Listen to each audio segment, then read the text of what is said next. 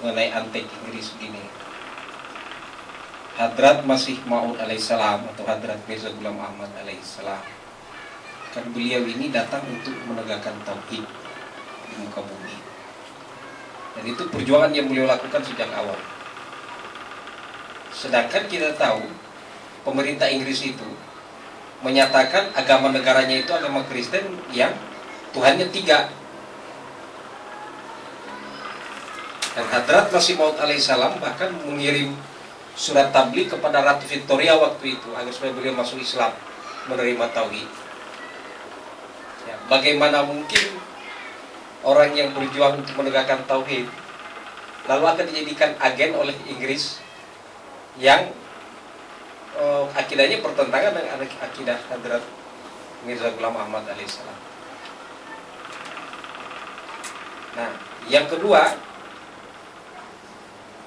Hadrat Mirza Ghulam Ahmad alaihissalam, Hadrat Imam Mahdi alaihissalam, kan ketika beliau mendakwakan diri sebagai Imam Mahdi, dimusuhi oleh orang Islam kan? Artinya tidak semua orang Islam. Orang-orang yang bertabiat baik langsung menerima beliau alaihissalam. Tapi ada yang sebagian masih cari helang, menolak, macam-macam. Dan mereka ini berupaya untuk menimbulkan kemarahan di kalangan umat Islam. Nah, bagaimana mungkin pemerintah yang bijak seperti Inggris itu, yang biasalah mereka kan dalam hal politik kan luar biasa itu. Bagaimana mungkin mereka mau menjadikan Hadrat Mirza Ghulam Ahmad alaihissalam yang dibenci oleh umat Islam, artinya yang oleh sebagian orang diupayakan beliau dibenci oleh umat Islam, untuk menjadikan beliau ini sebagai antek mereka, yang otomatis akan bukan keuntungan bagi mereka, bagi Inggris, bahkan malah petaka bagi Inggris, yang akan menjadikan orang yang tidak disenangi oleh sebagian umat Islam ini menjadi antek mereka, kaki tangan. Artinya kan sudah ketahuan bahwa pasti akan ditolak dan akan merugikan bagi kepentingan Inggris. Nah, dari segi sini saja kalau kita pikir ya, tuduhan yang seperti itu kan tidak masuk akal itu, bahwa Hadrat Mirza Ghulam Ahmad alaihissalam antek Inggris. Belum yang saya katakan tadi bahwa beliau akan menegakkan tauhid, menjelaskan kebatilan Trinitas. Bagaimana mereka akan jadikan beliau hakim? Yang kedua, mengenai dana.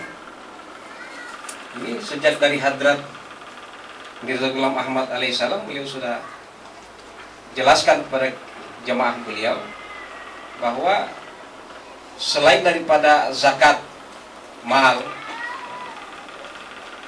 ada infak fisabilillah yang harus dilakukan oleh murid-murid beliau. Nah, infak fisabilillah ini untuk supaya, karena di kita ini kan ada yang 16, ingin saya jelaskan ini.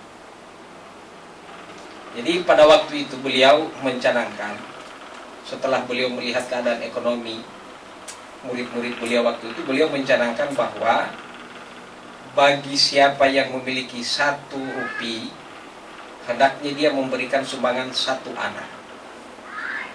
Nah, ini di India itu rupiah itu dibagi dalam 16 anak. Jadi 1 rupiah itu adalah 16 anak. Jadi kalau orang dapat 1 rupiah dia ngasih 1 anak, artinya 1/16. Dari sejak itulah 1/16 ini tidak pernah dirubah oleh para khalifah, karena yang menetapkan adalah Hadrat Masih Maud alaihissalam. Jadi dari situ itu 1/16-nya itu. Nah, Jemaat Ahmadiyah ini murid-murid Hadrat Masih Maud alaihissalam, karena ketaatan mereka kan bayar ini 1/16 paling kurang. Dan karena di dalam hadis ada wasiat bisa sampai 1/3, ada orang jemaat itu sampai 1/3 ngasih pada jemaat. Ada yang 1/5. Rata-rata kita kan 1/10 wasiatnya. Nah, dari dana-dana inilah Jemaat Ahmadiyah memperoleh biaya untuk menjalankan roda organisasi, mendirikan masjid,